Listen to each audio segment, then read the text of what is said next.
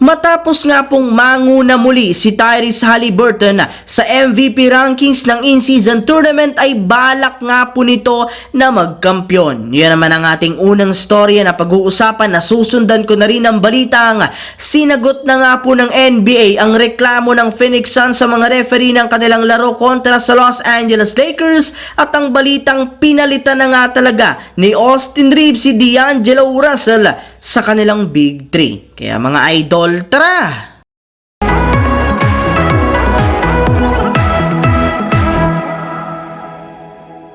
Nakahanda na nga po mga idol ang magiging semifinals game ng Indiana Pacers laban sa Milwaukee Bucks sa in-season tournament na gaganapin sa Las Vegas. At bagamat man top 2 teams sa Eastern Conference ang kanilang kakalabanin dito, malaki kahit papano ang kanilang tiwala na Pacers na mananalo sila sa kanilang magiging bakbakan since nasa kanila nga po ang nangungunang player sa MVP rankings ngayong season na si Tyrese Haliburton. Bukod nga po dyan, ito rin naman ang itinuturing na best point guard ngayong season sa pag-average niya ng 26.9 points, 4 rebounds, 11 assists per game sa kanyang 52% shooting. At ang maganda pa nga po dito, sobra rin naman nga itong desidido na manalo sa mga susunod nilang laro. Syempre, sawang-sawa na rin naman nga daw ito na maging talunan parati ng mga nagdaang taon. Kaya mukhang meron talagang malaking chance ang Indiana Pacers na manalo ng kampyonato sa in-season tournament. Samantala, pumunta naman tayo sa ating pangalawang storya sa balitang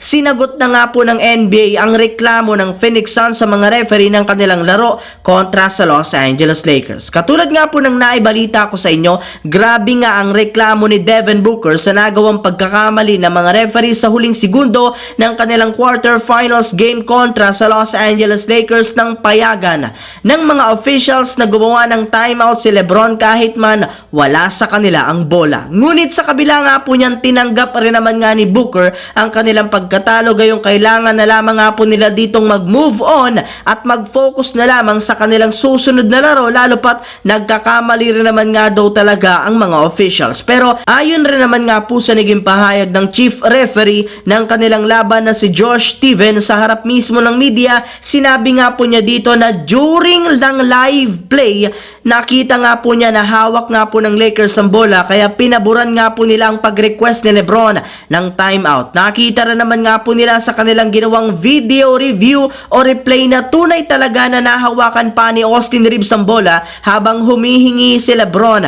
ng timeout. At nangyari nga yan bago ma-steal ng Phoenix Suns, kaya sa huli tama lamang ang ginawang desisyon ng mga referee sa kanilang laro. Kaya hindi nga talaga pinabura ng mga referee ang Los Angeles Lakers. And speaking of Lakers, diretso tayo sa ating huling storya sa balitang pinalitan na nga talaga ni Austin Reeves si D'Angelo Russell sa kanilang Big 3. Isa nga po mga idol si Austin Reeves sa mga malalarong bumubuhat sa kanilang pagkapanalo laban sa Phoenix Suns sa quarterfinals ng in-season. At marami nga po ditong nakapansin na mas maraming playing time na nga po ang nakukuha nito kumpara sa kanilang starting point guard na si D'Angelo Russell. Kaya dahil dyan mukhang pinalitan na ni Austin Reeves si D'Angelo Russell sa Big 3 ng Lakers. Yes mga idol, sa ngayon si Austin Reeves ang kanilang third option since maliban nga sa mas maganda ang ginagawa nitong play, mas nakakagalaw rin naman nga ito ng mas maayos sa mga crucial minutes ng laro, hindi katulad kay D'Angelo Russell na meron ngang malamyang depensa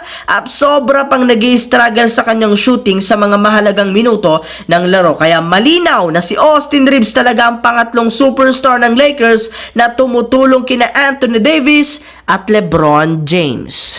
So yun lamang mga idol ang ating bagong balita ngayon na ating pinag-usapan dito sa aking YouTube channel. Once again, this is your J-Zone TV. Huwag kalimutang mag-like at syempre mag-subscribe na rin. Pindutin ang notification bell sa akin channel para lagi kayo maging updated sa mga videos na pinapalabas ko. Shout out sa lahat ng laging nanonood dyan. Maraming salamat mga idol.